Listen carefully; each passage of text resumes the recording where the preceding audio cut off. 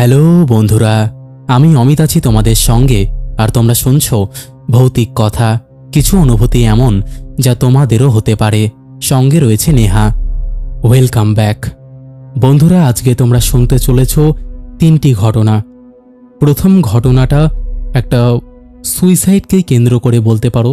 দ্বিতীয়টা মাছ ধরতে গিয়ে ঘটেছিল একটা ঘটনা, এবং তৃতীয়টা মা মারা যাওয়া মেয়ের একটা ঘটনা। তিনটি ঘটনাই একদম ইউনিক এবং তিনটি ঘটনাই একদম অন্যরকম হতে চলেছে। আশা করছি তোমাদের ভালো লাগবে। কেমন লাগলো তোমরা কমেন্ট করে অবশ্যই জানাবে ঘটনাটা শোনার পর। তো আর দেরি করো না, সিট বেল্ট বেঁধে নাও, পাসপোর্ট করে নাও, সাবস্ক্রাইব করে চুপটি করে বসে পড়ো, কানে টুক করে হেডফোনটা গুঁজে নাও। আমরা ভূতের রাজ্যে পাড়ি দিতে চলেছি। আর এই রাজ্যে পাড়ি দিতে গেলে অবশ্যই চুপটি করে বসে পড়তে হবে আর টুক করে হেডফোনটা কানে লাগিয়ে নিতে হবে। আমি আশা করছি তোমরা লাগিয়ে নিয়েছো। চলো এবার আমরা পাড়ি দিই ভূতের রাজ্যে। দাদা নমস্কার, আমি আজকে চলে এসেছি আবারও একটি সত্যি ভৌতিক ঘটনা নিয়ে। ঘটনাটা আমার মাসির বাড়িকে কেন্দ্র করে। আমার মাসির বাড়ি বনগা ছাড়িয়ে গ্যাংনাপুরে। স্টেশন থেকে 15 মিনিট বাইকে করে গেলে একটা গ্রাম পড়ে, সেখানেই আমার মাসির বাড়ি। বাড়ির চারিদিকে ধান ক্ষেত এবং একটা বড় আমবাগান আছে। সেই আমবাগানে একটা দম্পতি একে অপরের সাথে ঝগড়া করে বিষ খেয়ে আত্মহত্যা করেছিল। সেদিকটায় সাধারণত মানুষ যায় না বলে তাই জন্য তাদের কেউ হদিশ পায়নি। 3-4 দিন বাদে এলাকারই একটা মানুষ সেই মাঠের দিকে গিয়েছিল এবং সে দূর থেকে দেখতে পায় তাদের মৃতদেহ পচতে শুরু করে দিয়েছে, ফুলে ঢোল হয়ে গিয়েছে।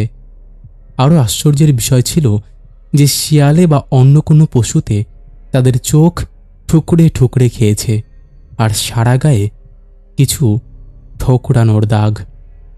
আরও আশ্চর্যের বিষয় হলো আমার মাসির বাড়ির ছাদ থেকেও সেই আম গাছটা দেখা যেত, কিন্তু কেউই অত ভালো করে আম বাগানের দিকে লক্ষ্য রাখেনি। সেই কারণের জন্য তারা কেউই দেখতে পায়নি। কিন্তু যখন তাদের ডেড বডি পাওয়া গেল সেই সময় তারা সবাই মাসির বাড়ির ছাদ থেকে লক্ষ্য করলে খানিকটা দেখতে পেয়েছিল। প্রথম ঘটনাটা ঘটে আমার মেসোমশাইয়ের সাথে। আমার মেসোমশাইয়ের বয়স প্রায় 60 বছর। একদিন উনি গরু আনতে মাঠের দিকে গিয়েছিলেন। সেখানে আমার মেসোমশাই দূর থেকে দেখতে পেয়েছিলেন যে গরুটার পাশে একটা অবয়ব রয়েছে, কালো রং। উনি অতটা পাত্তা দেননি, ওটাকে ওভারটেক করে গরুটা আনতে যাই। গরুটা আনতে গিয়ে সেই অবয়বটার দিকে এক নজর তাকিয়ে যা দেখে, সেটা হয়তো তার দেখা একটা ভয়ঙ্কর জিনিস ছিল। সে দেখতে পায় যে মহিলাটি যেখানে বিষ খেয়ে আত্মহত্যা করেছিল সেই মহিলাটি সেখানে দাঁড়িয়ে রয়েছে। আমরা সবাই জানি গ্রামের মানুষেরা অনেক বেশি সাহসী হয়। উনি গরুটাকে রেখে সেখান থেকে বেরিয়ে যান এবং প্রচণ্ড জোরে চিৎকার করতে শুরু করেন এবং গ্রামের লোকজনদের ডাক দেন এবং বলে ওইখানে ওই মহিলাটা দাঁড়িয়ে রয়েছে আর নিজের চোখে উনি আজকে দেখলেন। মেসোমশাই 2-3টে বন্ধু ও গ্রামের 4-5 জন লোক নিয়ে একসাথে ওখানে গিয়ে দেখে সেখানে কিছুই নেই, সব কিছু স্বাভাবিকভাবেই রয়েছে। এরপর তারা গরুকে নিয়ে ফিরে আসে। এর পরের ঘটনাটা ঘটে গরমকালে। আমরা সবাই জানি গরমকালে আমের ফলন হয়। আমার মাসির বাড়ির পাশের বাড়িতে আম গাছ ছিল এবং সেখানে প্রচুর আম ফলেছিল সেবার। সেই আম গাছের অনেকগুলো ডাল মাসির বাড়ির ছাদে এসে পড়েছিল এবং সেখানেও অনেক আম হতো, সেগুলো মাসিরাই খেত। আমার মাসি যে ছেলে, অর্থাৎ আমার যে ভাই, সে তখন ক্লাস 10-এ পড়ত।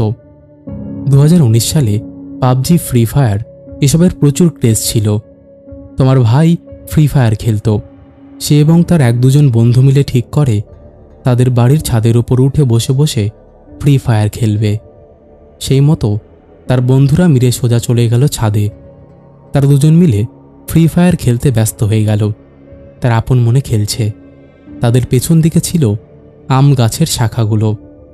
এমন সময় তারা শুনতে পেল কোনো মানুষ যদি আম চুষে খায় সেটার যেরকম একটা শব্দ হয় সেরকম একটা শব্দ আসছে।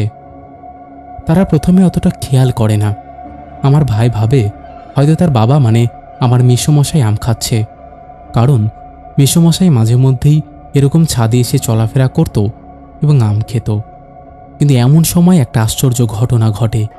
তারা শুনতে পায় যে আমার মেসোমশাই সাইকেল নিয়ে বাড়ি থেকে বের হচ্ছে। ভাই এবং আমার ভাইয়ের বন্ধু দুজনে মুখ চাওয়াচাই করে এবং সেই সময় তারা পেছন ফিরে দেখে যে একটা পচা গলা নারী মূর্তি একটা আম গাছের শাখার ওপর উল্টো হয়ে ঝুলে আম চুষে চুষে খাচ্ছে। তার চোখ বলতে কিচ্ছু নেই, আছে শুধু চোখের জায়গায় গভীর এক অন্ধকার। এই দেখে তারা দুজনে প্রচণ্ড ভয় পেয়ে যায় এবং ফোন টোন ছুঁড়ে ফেলে দিয়ে কোনো রকমভাবে দৌড়তে দৌড়তে সিঁড়ি দিয়ে আমার ভাই নিচে নেমে আসে। অন্যদিকে আমার ভাইয়ের সেই বন্ধুটা অজ্ঞান হয়ে সেই ছাদের মধ্যেই পড়ে যায়। আমার মাসিকে আমার ভাই ডাকে এবং সমস্ত কথা খুলে বলে। মাসি প্রচণ্ড ভয় পেয়ে যায়, কারণ আমার ভাইয়ের সেই বন্ধুটাও ছাদের ওপরেই ছিল। পাছে তার যদি কোনো ক্ষতি হয়ে যায়, এর জন্য তারা প্রচণ্ড ভয়ে ভয়ে ছাদে ওঠে এবং ছাদের উপরে উঠে কিছুই দেখতে পায় না। অনেক ডাকাডাকি করে আমার সেই ভাইয়ের বন্ধুটাকে তোলা হয় এবং তারা তিনজনই নিচে নেমে আসে। আমার ভাইয়ের বন্ধুর গায়ে প্রচণ্ড জ্বর আসে এবং সে জ্বরের ঘোরে ভুল ভাল বকতে থাকে। তাকে একজন পূজারীর কাছে নিয়ে যাওয়া হয়। তিনি সব কিছু শুনে বলেন যে যেহেতু অপঘাতে মৃত্যু, তাই জন্য সে এখন বিরক্ত করবেই, কিছু করার নেই, কারণ ওনার মৃত্যুর আগেই উনি আত্মহত্যা করেন। ওনার মৃত্যুর সময় এখনও হয়নি। এর পরের ঘটনাটা ঘটে আমার মাসির বাড়ির পাশে, যেখান থেকে আম গাছটা আরও ভালো করে দেখা যেত। ঘটনাটা যাদের বাড়ির, তাদের বাড়ি কিন্তু টিনের ছাউনি দেওয়া। প্রতিদিনই সন্ধেবেলা তাদের বাড়ির টিনের চালের ওপর খুব জোরে জোরে ঢিল পড়ার শব্দ পাওয়া যেত। তারা ভেবেছিল হয়তো পাড়ার দুষ্টু ছেলেরা এই কাণ্ডটা করছে। তাই অত কিছু চিন্তা ভাবনা না করে নিজের মতো নিজে আবার রান্নায় মনোনিবেশ করেন। এমন সময় তিনি রান্নাঘরের জানলা থেকে এমন একটা দৃশ্য দেখলেন যেটা অবাক করে দেওয়ার মতো। তিনি দেখলেন যে তার চালের ওপর কারা যেন পা ঝুলিয়ে বসে আছে, কিন্তু তাদের পায়ের পাতাটা জানলার দিকে, অর্থাৎ উনি যেদিকে রান্না করছিলেন সেই দিকে, এবং তার পায়ের আঙ্গুলগুলো কিন্তু পেছনের দিকে। কোনো সাধারণ মানুষ যদি সেখানে বসে থাকে তাহলে তো গোড়ালিটা তার দিকে হওয়ার কথা। তিনি বুঝতে পারেন আসলে ওই জিনিসটা কি। তিনি সাথে সাথে বাড়ি থেকে বেরিয়ে যান এবং পাড়ার লোক জড়ো করেন।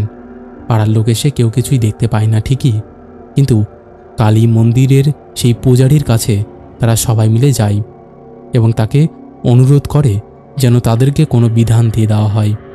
তাদের কথা অনুযায়ী তিনি সারা রাত ধরে মন্ত্রপাঠ, পূজা সমস্ত কিছু করেন এবং আস্তে আস্তে তারপরে সব কিছু ঠান্ডা হয়ে যায়। তো দাদা, এই ছিল ঘটনা। যদি ঘটনাটা ভালো লাগে তাহলে অবশ্যই তুমি তোমার চ্যানেলে পাঠ করে শুনিও। ধন্যবাদ। তো বন্ধুরা, এই ছিল একটা ভয়ঙ্কর ঘটনা বলতে পারো। এমন টাইপের ঘটনা আমাদের খুব কমই আসে।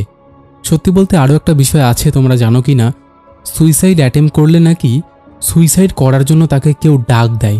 তার মন থেকে বারবার আসে যে আমি সুইসাইড করব। হয়তো তার ইচ্ছা নেই, কিন্তু তাও বারবার মন থেকে এই জিনিসটা নাকি আসে। রিসেন্টলি একটা ঘটনা তোমাদেরকে বলছি। আমি এই ঘটনা রিলেটেড দুটো ঘটনা বলবো। প্রথমটা হচ্ছে, আমার খুব পরিচিত একটা ছেলে, সে তার রিলেশনের একটা সমস্যার জন্য সুইসাইড করেছিল একবার, মানে অ্যাটেম্প করেছিল, বাট সে বেঁচে গিয়েছিল এবং তারপরে সে 3 থেকে 4 বার অ্যাটেম্প করেছে।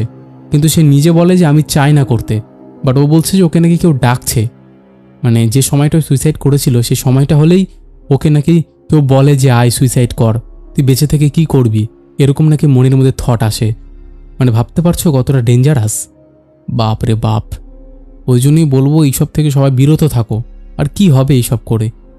আর একটা ঘটনা সেটা হচ্ছে, এটা আমার দিদির বাড়ির একটা ঘটনা। তোমাদেরকে বলবো ভেবেছিলাম অনেক দিনই, বাট বলে উঠতে পারিনি। একদিন আমার দিদি রান্নাবান্না করছে, আর দিদির শ্বশুরমশাই যিনি ছিলেন তিনি মাঠে গিয়েছিলেন সকালবেলা। তো তখন মোটামুটি বেলা 12:30 বাজে, হয়তো এরকমই হবে, 12:30 থেকে 1টা। দিদির শ্বশুরমশাই এলেন এবং দিদির কাছে খেতে চাইলেন। এবার দিদি দেখছে যে শ্বশুরমশাই খেতে চেয়েছে, এক কাজ করি, যা হয়েছে তাই দিয়ে দিই। তার আগে অবশ্যই শ্বশুরমশাইকে বলেছিল যে এখনও তো রান্না হয়নি পুরোটা, ঠিক আছে আপনি বসুন আমি দিচ্ছি। তো দিদি এই বলে ভাত বাড়তে গেছে। ভাত টাত বেড়ে একদম সমস্ত কিছু রেডি। এবার বারান্দা থাকে গ্রামের দিকে, জানোই, বারান্দার মধ্যে আসন পেতে দিদির শ্বশুরমশাইকে খেতে দিয়েছে। এবার খেতে দিয়ে দিদি ডাকছে শ্বশুরমশাইকে যে চলে আসুন, কিন্তু কোনো সাড়া শব্দ নেই। এই ঘর ওই ঘর, কলপার, বাথরুম সব জায়গায় খুঁজে দেখে, কোথাও দিদির শ্বশুরমশাই নেই। ঠিক আছে, এবার দিদি কি করবে ভেবেছে হয়তো দেরি হচ্ছে, ওই জন্য চলে গেছে। তখন কি করলো, দিদি খাবারটাকে না ঢেকে রেখে দিল। এইবার দিদির রান্না প্রায় শেষ, তখন আবার এসে দিদির শ্বশুরমশাই ডাকছে যে বৌমা রান্না হলো, দাও এবার খেতে দাও, খিদে পেয়েছে। তো দিদি রীতিমতো খেতে দিয়েছে বসুন বলে। তো রীতিমতো ঢাকা যে খাবারটা রাখা ছিল সেটা দিদি এনে শ্বশুরমশাইকে দিচ্ছে। এই দেখে শ্বশুরমশাই বলছে, বৌমা তুমি কি খাবার বেড়ে রেখেছিলে আগে থেকে, এত তাড়াতাড়ি দিয়ে দিলে? তখন দিদি বলছে যে আপনি তো একটু আগে এলেন, তখন তো খেতে দিতে বললেন না, তো আমি তখন খাবারটা বেড়ে রেখেছিলাম, তারপরে তো আপনি কোথায় চলে গেলেন। এই শুনে তো শ্বশুরমশাই বলছে, তুমি কি পাগল হয়ে গেছো বৌমা, আমি তো এক্ষুনি এলাম, আমি তো এর আগে আসিনি। এই শুনে দিদি বলছে, এই তো আপনি একটু আগে আসলেন, ওই জন্যই তো আমি খাবারটা বাড়লাম, আর আপনি বলছেন আপনি আসেননি। এই শুনে তো শ্বশুরমশাইয়ের মাথায় হাত, যে বৌমা আজকে তুমি বেঁচে গেলে। বাপ রে বাপ, জানো ওটা কি এসেছিল? ওটা ডেরা এসেছিল, ডেরা ডেরা। এবার ডেরা কি জিনিস আমি জানি না, গ্রামের ভাষায় হয়তো ওটাকে ডেরা বলে, আমরা হয়তো অন্য নামে চিনি। তো সে নাকি প্রত্যেকের বাড়িতে এসে খাবার খায়, এইভাবে অন্যের রূপ ধরে নিয়ে এসে। মানে ভাবতে পারছো সেদিন সে কেন গিয়েছিল, কোন কারণে গিয়েছিল সেটা আমি জানি না, বাট দিদি আমাকে এই ঘটনাটা বলেছিল অনেক দিনই, বাট আমি তোমাদেরকে শোনাতে পারিনি। যাই হোক, এই ছিল ঘটনা। আশা করছি তোমাদের ভালো লেগেছে। কেমন লেগেছে অবশ্যই তোমরা কমেন্ট করে জানিয়ে দিও। একটা কথা বলবো, ভৌতিক কথা কোনো রকম অন্ধবিশ্বাস, কোনো রকম কুসংস্কার বা কোনো রকম নেগেটিভিটিকে প্রচার করে না। ভৌতিক কথার কাজ শুধুমাত্র মানুষের জীবনে ঘটে যাওয়া ঘটনা সবার সামনে তুলে ধরা, নচেত আর কোনো উদ্দেশ্য নেই। তাই যারা বিশ্বাস করছো না তারা এগুলোকে এন্টারটেইনমেন্ট হিসেবেই নিয়ে নাও। চলো আর কথা বাড়াচ্ছি না, এবার আমরা শুরু করছি পরের ঘটনা। নমস্কার অমিতদা, কেমন আছো? আশা করি ভালোই আছো। ভৌতিক কথাই এর আগে একটা গল্প আমার শোনানো হয়েছে। সেই ঘটনাটা ভিডিও ক্যামেরা করতে গিয়ে ঘটেছিল, তবে এই ঘটনাটা ঘটেছিল আমার কাকাবাবুর সাথে। এই ঘটনাটা খুবই ইন্টারেস্টিং, তাই লিখতে বসলাম। বেশ পুরনো দিনের ঘটনা এটা। সালটা ছিল 1980 কিংবা 82। আমরা জাতিতে জেলে, তাই তখনকার দিনে রোজগার বলতে মাছ ধরা আর বাজারে নিয়ে গিয়ে বিক্রি করা, তাতেই বেশ রোজগার হতো।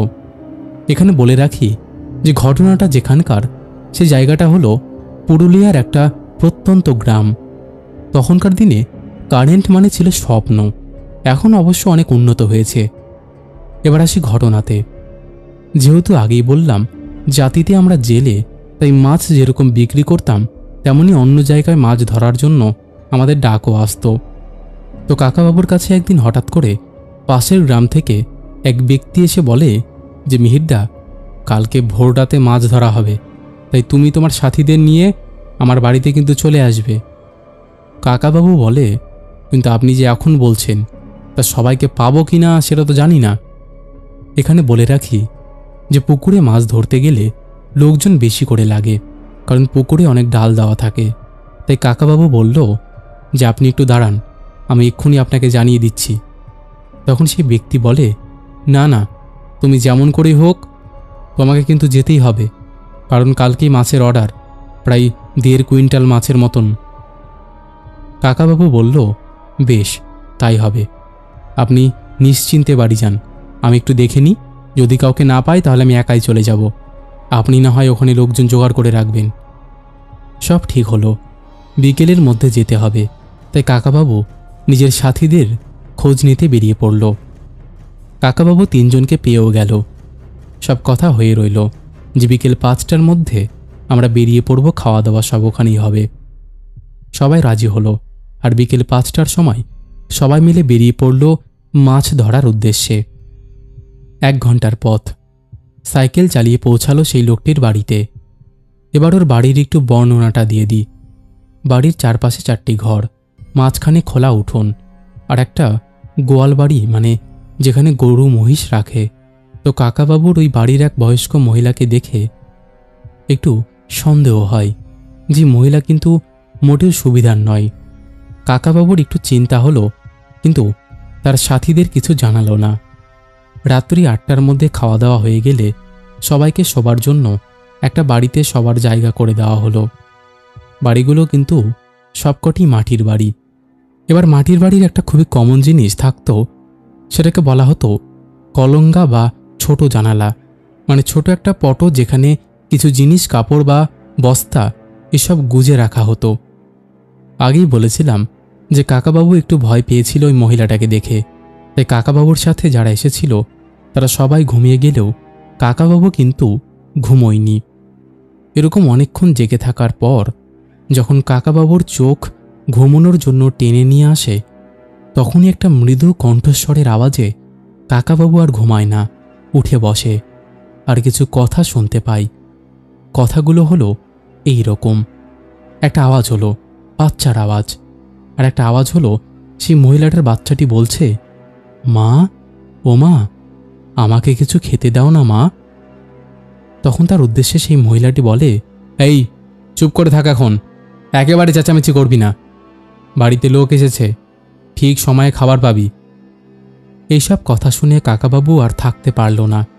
উনি উঠে প্রথমেই হ্যারিকেনের আলোটা একেবারে কম করে দেয়, আর যে রুমটায় কাকাবাবুরা শুয়েছিল তার পাশের রুমটা ছিল রান্নাঘর, আর সেখান থেকে এই কণ্ঠটা শোনা যাচ্ছিল।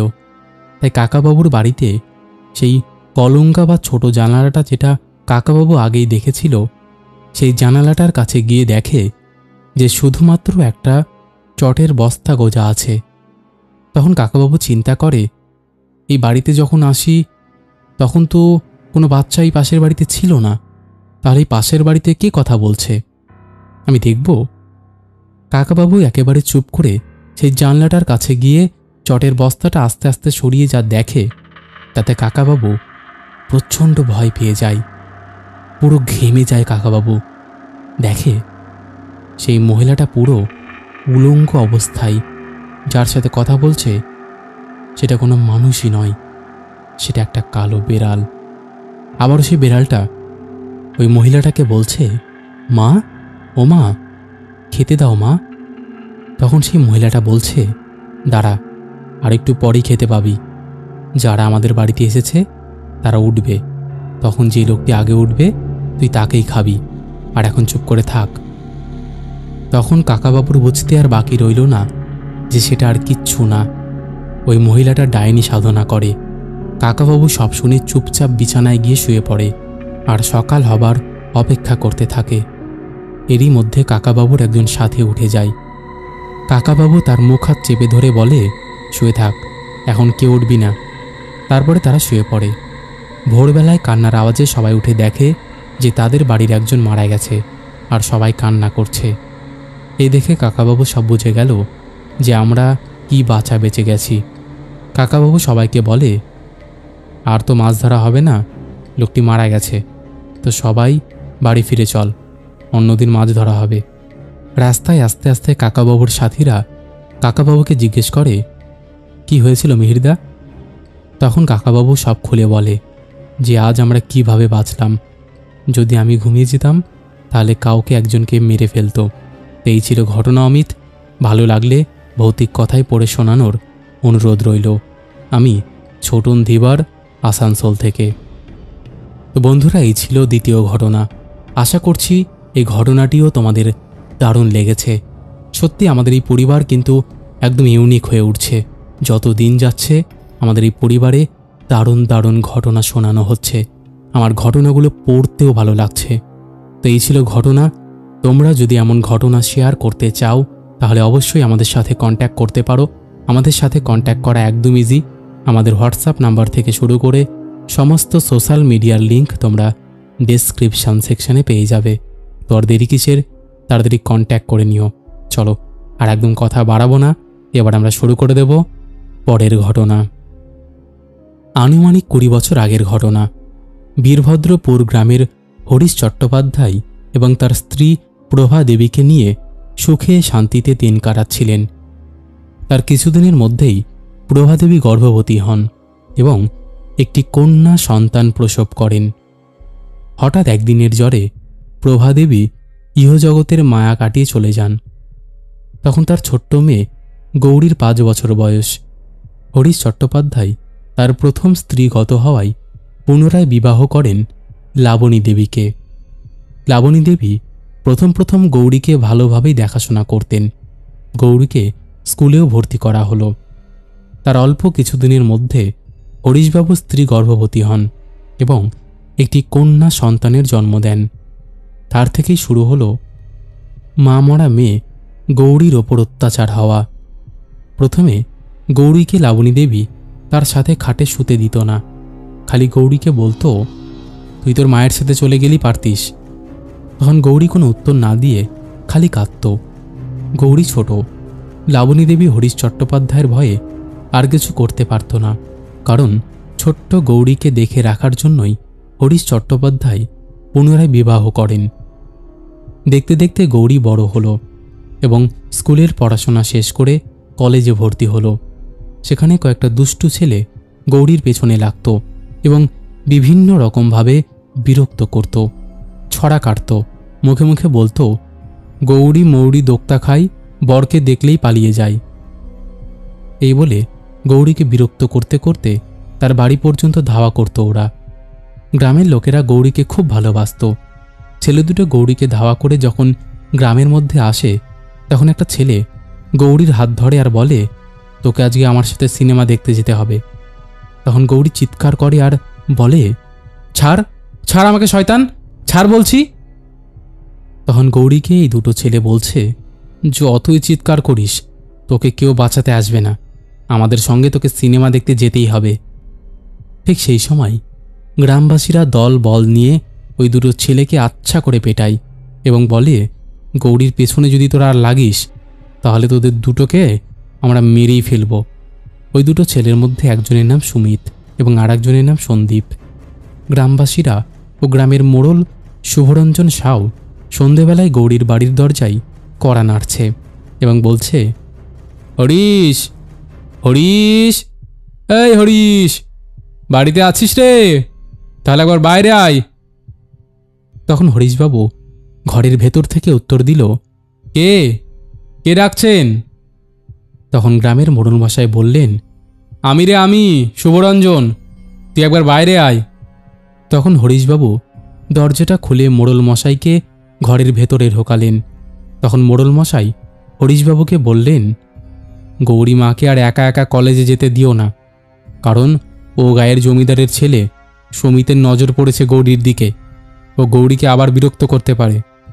তখন গৌরী বলে, মোড়ল কাকা আপনি বলুন তো, তাহলে আমি কি করব? তখন মোড়ল মশাই গৌরীকে বলে, আমি গ্রামের 2জন পালোয়ানকে পাঠাবো, তোমার সাথে ওরা সব সময় থাকবে, তোমাকে কলেজে নিয়ে যাবে, নিয়ে আসবে। তখন গৌরী বলে, ঠিক আছে মোড়ল কাকা, তাই হবে। যথারীতি গৌরী 2 পালোয়ানকে নিয়ে কলেজে যায়। এদিকে সুমিত এবং সন্দীপ ঠিক করে গৌরীর মুখে অ্যাসিড মারবে। সুমিত সন্দীপকে বলে, সন্দীপ, গৌরী কলেজ থেকে ওর বাড়ি যাওয়ার জন্য যেই রাস্তা নেবে, ঠিক সেই সময় আমরা 2জন নয়নজুলির কালভার্টের পাশে লুকিয়ে থাকব। গৌরী কাছে এলেই ওর মুখে অ্যাসিড ছুড়ে দেব। তখন সন্দীপ বলে, ঠিক আছে গুরু। যথারীতি গৌরী নয়নজুলির কালভার্টটা পার হতেই সন্দীপ অ্যাসিডের বোতলের ঢাকনা খুলে গৌরীর মুখ লক্ষ্য করে মারতে যাবে। সেই সময় অ্যাসিডের বোতল শূন্যে ভাসতে থাকে এবং সন্দীপ ও সমিতের মাথায় ও গায়ের মধ্যে অ্যাসিড এসে পড়ে। সঙ্গে সঙ্গে সমিত ও সন্দীপ ওরে বাবারে মারে, জ্বলে গেল, মরে গেলাম বলতে বলতেই গৌরীর দৃষ্টি গেল তাদের দিকে। তার সঙ্গে সঙ্গে সুমিত ও সন্দীপ নয়নজলির জলে ঝাঁপিয়ে পড়ল, কিন্তু কে যেন সুমিত ও সন্দীপকে জলের নিচ থেকে পা টেনে ধরে রেখেছে। সঙ্গে সঙ্গে গৌরী তার 2 পালোয়ানকে সুমিত ও সন্দীপকে বাঁচাতে বলে।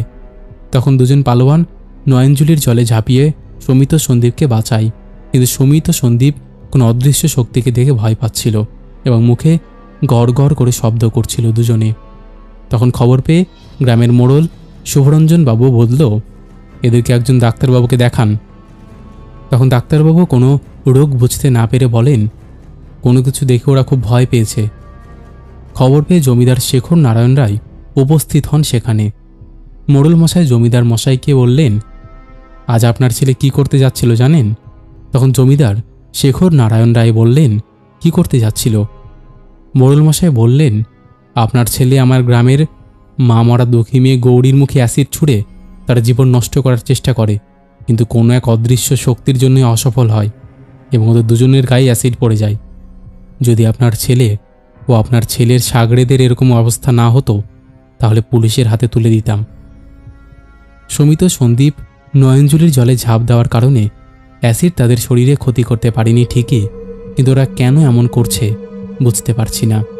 তখন জমিদারবাবু বলে, আমি ওদেরকে ওঝার কাছে নিয়ে যেতে চাই। তখন মোড়ল মশাই বলেন, আপনি আমার ছেলেকে যাকে খুশি দেখান, সুস্থ হলে আমাদের কাছে নিয়ে আসবেন। তখন জমিদারবাবু বললে, ঠিক আছে। জমিদারবাবু গ্রামবাসীদের সাহায্যে ওঝা মনুভাইয়ের কাছে যায় এবং মনুভাই মন্ত্র পড়ে জল ছিটাতেই গ্রামের লোকেরা শুনতে পায় খনা গলায় কে যেন বলছে, ছাড়বো না, ছাড়বো না ওদের, ছাড়বো না আমি। তখন মনুভাই আবার মন্ত্র পড়ে জল ছিটাতেই আবার সবাই শুনতে পেল, ছাড়বো না, ছাড়বো না আমি ওদের। ওরা ওরা আমার মেয়েকে অ্যাসিড দিয়ে পুড়িয়ে মারতে চেয়েছিল। আমি মারা যাওয়ার পর থেকে আমার মেয়ে গৌরীকে আমি অদৃশ্য থেকে রক্ষা করে গেছি। তখন মনুভাই বলে, মা তুমি ওদেরকে ছেড়ে দাও, ওদেরকে পুলিশ শাস্তি দেবে। তখন প্রভাদেবীর আত্মা অনেক কিছু করার পর সুমিত ও সন্দীপকে ছেড়ে দেয়। তখন সন্দীপ ও সুমিত গৌরীর কাছে ক্ষমা চায়। তারপর গ্রামবাসীরা গৌরীর কথাই ওই জমিদারের ছেলে ও চেলাকে ছেড়ে দেয়। আজও গৌরীকে তার মা রক্ষা করে আসছে। জানি না এখন গৌরীর কী অবস্থা। এটা অনেক দিন আগের ঘটনা, তাই তোমাদেরকে আর দেরি না করে শুনিয়ে দিলাম। আশা করছি তোমাদের ভালো লেগেছে। আর কথা বাড়াবো না, আশা করছি তোমরা লাইক, কমেন্ট ও শেয়ার করেই দিয়েছ। যদি না করে থাকো তাহলে অবশ্যই করে দাও। চলো এবার আমরা শুরু করে দিই আজকের শাউট আউট পর্ব। শেষের এপিসোডে ফার্স্ট কমেন্ট করেছে বিশ্বজিৎ দাস, লাভ লাভ রিয়াক্ট দিয়েছে। সেকেন্ড কমেন্ট করেছে গীতা গোস্বামী, লিখেছে, হ্যালো সোনা ভাই, তোমার সুন্দর ঘটনা শুনছি এখন, একদম গো। থার্ড কমেন্ট করেছে দীপশ্রী দাস, লিখেছে, অসাধারণ ফাটাফাটি ঘটনা, খুব ভালো লাগছে। তারপরে কমেন্ট করেছে রাকেশ এসডি, রাকেশ পাঠক, লিখেছে একবার হ্যালো করে বলবে, হ্যালো রাকেশ। তারপরে কমেন্ট করেছে সৈকত ঘোষ, নন্দিনী রয়, রেখা পাসমান, ডিজে ব্লগার অনিশ, নানু বেরা, সৌরভ তিতিক্ষা, লিখেছে, চলে এলাম দাদা, উত্তর দিনাজপুরে হালকা হালকা ঠান্ডা দিয়ে দিয়েছে, সঙ্গে তোমার ঘটনা। একদম গো, আমিও তো দক্ষিণ দিনাজপুরেই থাকি, একদম কাছাকাছি, তো সত্যি হালকা হালকা সন্ধ্যের পর থেকে ঠান্ডা লাগছে। তারপরে কমেন্ট করেছে পম্পা মহন্ত, লিখেছে, অপেক্ষা করছি ভাই, কখন ঘটনা আসবে। কেমন আছো ভাই? আমি হাওড়া শিবপুরে থাকি, আমার নাম পম্পা মহন্ত, জয় বড়মা, সবার মঙ্গল করো। একদম গো। তারপরে কমেন্ট করেছে রুহিস লাইফস্টাইল, লিখেছে, হ্যালো অমিতদা, কেমন আছো? তোমার ভয়েসের বিগ ফ্যান দাদা, নামটা নিলে খুশি হব। হ্যালো রুহি। তারপরে কমেন্ট করেছে অর্ণব গেমিং সুশোভন, লিখেছে, অসাধারণ ঘটনাগুলো, ভৌতিক কথার 100K সাবস্ক্রাইবার হলে 1 ঘন্টার এপিসোড চাই। একদম গো, তোমরা কালকে করে দাও না, নেক্সট দিনই পেয়ে যাবে। তারপরে কমেন্ট করেছে রাহুল বাগ, চমকি ঘোষ, মিস্টার প্রীতম গেমার, অনিমেষ দাস, অর্চনা সরকার বসাক, পূজা দেবনাথ, লিখেছে, ওয়াও, ওয়েট করেছিলাম, লাভ ফ্রম কাছড়াপাড়া। একদম গো। তারপরে কমেন্ট করেছে পূজা দেবনাথ, লিখেছে, আমি তো 5 দিনে 50টা স্টোরি শুনে নিয়েছি, এতটাই ভালো লাগে আমার, পুরো নেশা হয়ে গেছে বলতে পারো। একদম, থ্যাংক ইউ পূজা। তারপরে কমেন্ট করেছে রাহুল দে, শুক্লা রাজবংশী, কৃষ্ণা ছেত্রী, নমিতা চক্রবর্তী, লিখেছে, ভাই তুমি ভালো থাকো, আমি অনেক দিন পর তোমার ভূতের গল্প শুনছি, একটু শরীরটা খারাপ ছিল। তারপরে কমেন্ট করেছে সন্দীপ হোর, শারমিন, পাপড়ি দোলা, সঙ্গীতা ডলুই, রিয়া মণ্ডল, অহনা রয়, সংঘমিত্র রয়, শুভশ্রী ব্যানার্জি, প্রিয়া সর্দার, ইন্দ্রাণী রায়, লিখেছে, খুব ভালো ছিল, খুব ভালো ছিল ভাই ঘটনাগুলো, আমি তোমাকে মেসেজ করেছি অমিত, সময় করে দেখো ভাই। একদম গো, আমি তো দেখলাম বোধহয় আগের দিন। তারপরে কমেন্ট করেছে জয়শ্রী গুপ্তা, এমডি মন, মনিকা ত্রিপুরা, শঙ্কর চক্রবর্তী, কাকুলি, কালীচরণ মান্না, শিহাব শাফিরুদ্দিন, অঞ্জলি মণ্ডল, সোহেল রানা, অজয় রয়, সৌরভ মণ্ডল, বিষ্ণু মণ্ডল লিখেছে খুব সুন্দর দাদা, তোমার সবগুলো ঘটনা আমি শুনি, কমেন্ট করা হয় না, আজ প্রথম কমেন্ট করছি, আমার নামটা নিও। আমার নাম মামনি মণ্ডল। হ্যালো মামনি। তারপরে কমেন্ট করেছে কৃষ্ণেন্দু বর, শ্রেয়া বারিক লিখেছে দাদা তুমি প্লিজ প্লিজ আমার নামটা নিও, আমি তোমার সব ঘটনাগুলো দেখি, আমি শ্রেয়া বারিক। হ্যালো শ্রেয়া। তারপরে কমেন্ট করেছে দেবাশিস বাগচি, জগদীশ বায়েন লিখেছে ভাই যখন আমার কমেন্ট তোমার মুখ থেকে শুনি খুব ভালো লাগে, আর ঘটনাগুলো শুনে খুবই ভালো লাগলো আজ। থ্যাংক ইউ গো। তো এরকম অসংখ্য প্রিয় মানুষেরা আমাদের শেষের এপিসোডে কমেন্ট করেছে, যাদের কমেন্ট আমি আর চাইলেও পড়তে পারছি না। তো আজকের মতন এখানেই শেষ করছি, আবার দেখা হবে নতুন কোনো ঘটনা নিয়ে।